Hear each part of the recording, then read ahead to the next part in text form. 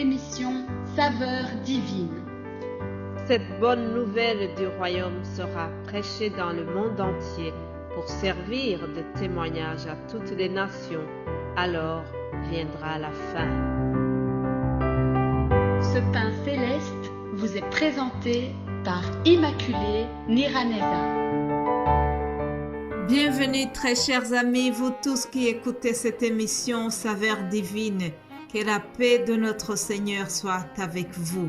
Je me réjouis pour ce vendredi. Nous arrivons à la fin de la semaine. Je me réjouis de tout ce qui a été partagé, ce que mes frères et sœurs vous ont partagé dans d'autres langues et ce que moi-même et Vito nous avons partagé sur notre chaîne. En tout cas, que Dieu continue à nous parler au travers ces messages.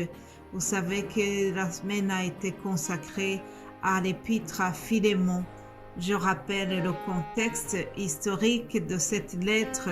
Je dirais que le thème central de la lettre à Philémon, c'est le pardon. C'est Paul qui demande à Philémon de pardonner Onésime, son ancien esclave.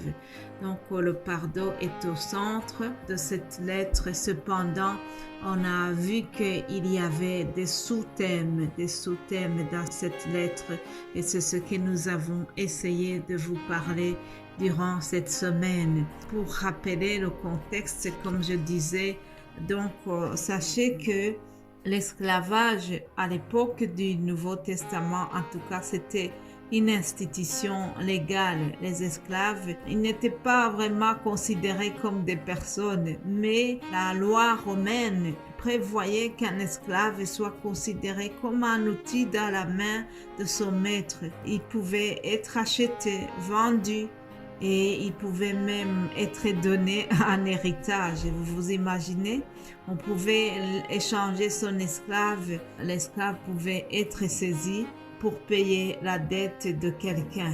Voyez, les esclaves étaient vraiment considérés comme des bons à rien. Leur maître avait un pouvoir illimité pour les punir et parfois il leur faisait beaucoup de tort. Il les traitait avec méchanceté parfois. Cependant, le christianisme va introduire une révolution d'une manière douce parce que on veut que les esclaves qui ont reçu Jésus-Christ soient traités comme les autres personnes. C'est ce que nous lisons dans Galates 3, 28.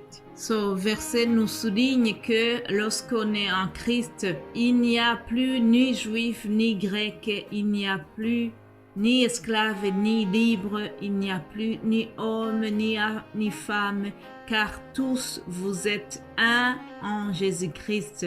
Nous sommes un en Jésus-Christ. Ce verset donc vient aussi insinuer que les esclaves qui sont en Christ sont égaux à leur maître.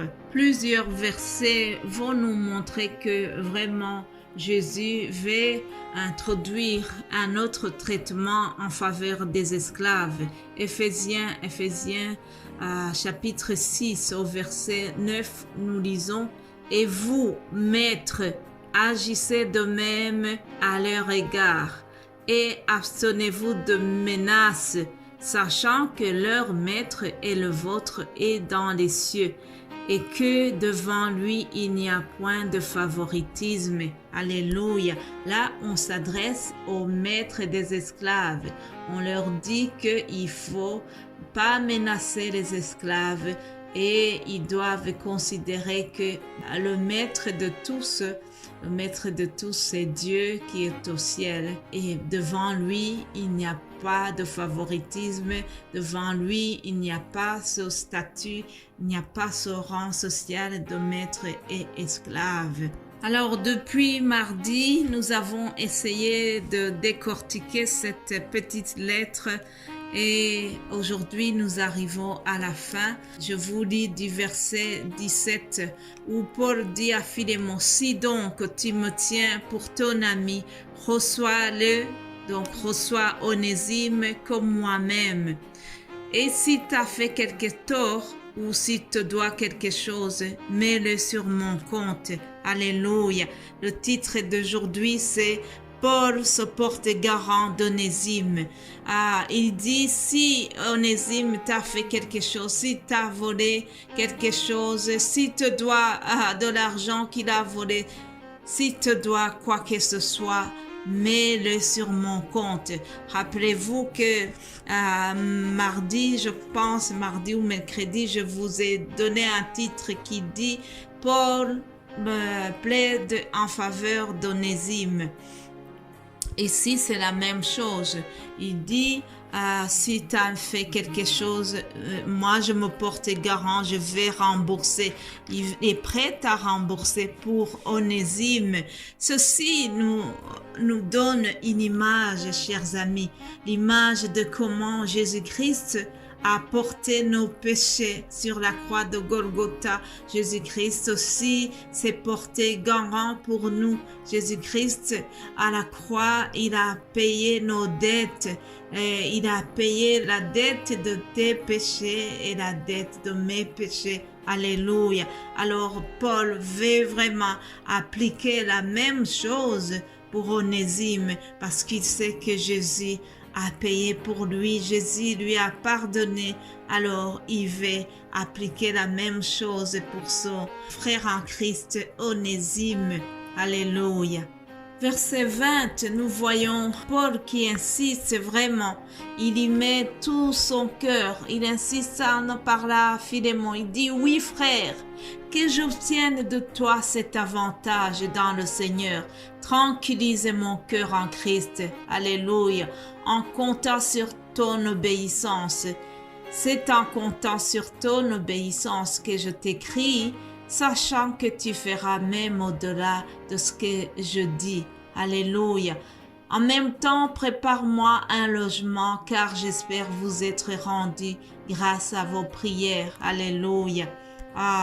Le frère Paul insiste donc en faveur de son frère en Christ Onésime parce qu'il sait que en arrivant chez Philémon, ça ne sera pas une personne comme avant. Il est une nouvelle créature en Christ.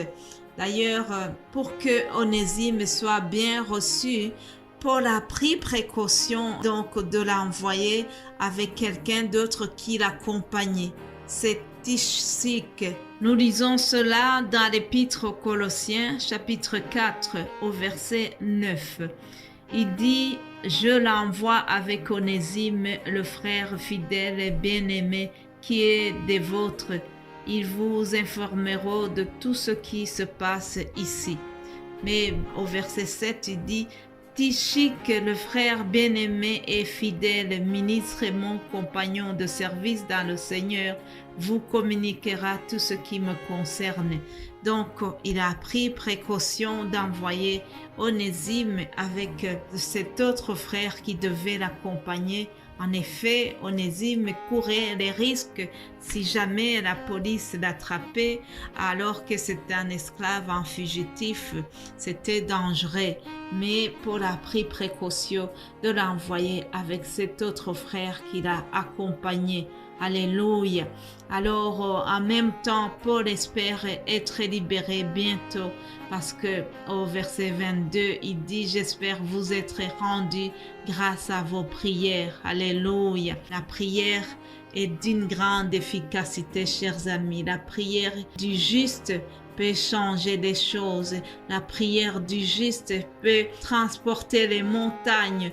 Alors, Paul espère que grâce aux prières des saints, grâce aux prières des frères et sœurs qui sont restés, il va être bientôt libre. Alléluia. Je termine cette méditation en vous rappelant que Paul imite le Seigneur lorsqu'il se porte garant pour Onésime.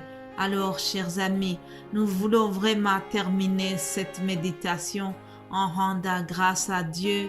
Que la grâce de notre Seigneur Jésus-Christ soit avec votre esprit. Que la grâce de notre Seigneur Jésus-Christ soit avec vous tous qui ont suivi cet enseignement. Et que Dieu vous bénisse abondamment. Alléluia. Passez une excellente journée et passez surtout un bon week-end. Et Dieu voulant, nous allons continuer nos émissions lundi prochain. Alléluia. Amen.